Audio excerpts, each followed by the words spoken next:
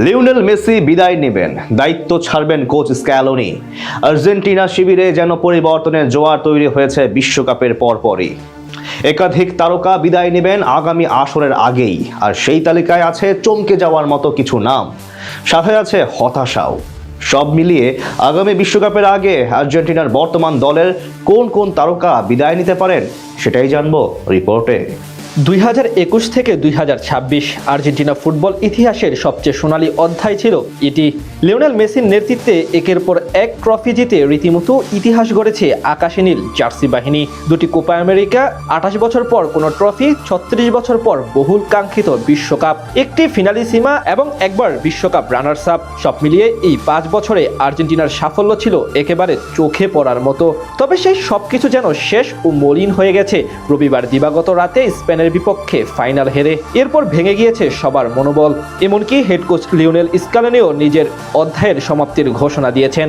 জানুয়ারিতে চাকরি ছাড়তে পারেন তিনি। তাই সবকিছু শেষে আরও বেশি শক্তিশালী হয়ে কামব্যাক করতে সবকিছু ঢেলে সাজানোর চিন্তা করছে আর্জেন্টিনা ফুটবল দল, যার জের ধরে অনেক অভিজ্ঞ ফুটবলার বিদায় নিতে যাচ্ছেন আগামী বিশ্বকাপের আগে। সামনে আলবেসিরাস্তাদের স্কোয়াডে আসতে যাচ্ছে বড় সড় পরিবর্তন। লিওনেল মেসি সহ দলের একাধিক তারকা ফুটবলার বিদায় নিতে পারেন আকাশে নীল জার্সি ছেড়ে। এই তালিকায় সবার প্রথম নামটি হতে পারেন লিওনেল মেসি। এর আগে কয়েকবার তার কথায় ফুটে উঠেছে বিদায়ের ইঙ্গিত। এছাড়া নিজেদের ঘরের মাঠেও সম্ভাব্য শেষ ম্যাচ খেলে ফেলেছেন এই মহা তারকা।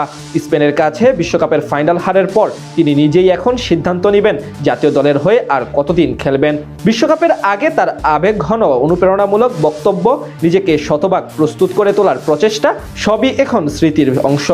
একইভাবে নিকোলাস ওতামেন্দিও আগেই জানিয়ে দিয়েছেন এই বিশ্বকাপ হবে আর্জেন্টিনা দলের জার্সিতে তার শেষ অফিসিয়াল টুর্নামেন্ট।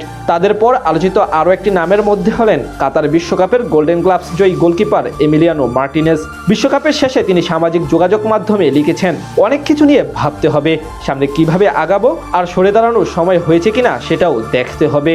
অনেকেই বলছেন তরুণদের প্রাধান্য দিয়ে আগামী বিশ্বকাপের পরিকল্পনা সাজানো উচিত আর্জেন্টিনার।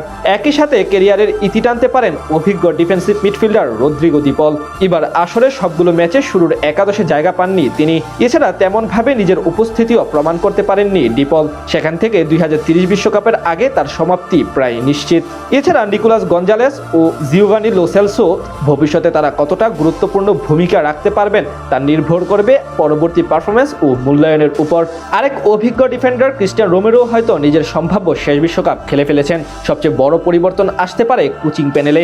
ফাইনাল শেষে স্ক্যালোনি জানিয়েছেন বছরের শেষেই তিনি সম্ভবত দায়িত্ব ছাড়বেন, যদিও আর্জেন্টিনা ফুটবল অ্যাসোসিয়েশন তাকে ধরে রাখতে চায়। সব মিলে বলা চলে সামনে আর্জেন্টিনার স্কোয়াডে বড়সড় পরিবর্তন আসছে। একাধিক তারকাই জাতীয় দলের দায়িত্ব ছেড়ে তরুণদের হাতে দায়িত্ব স্থানান্তর করতে যাচ্ছেন।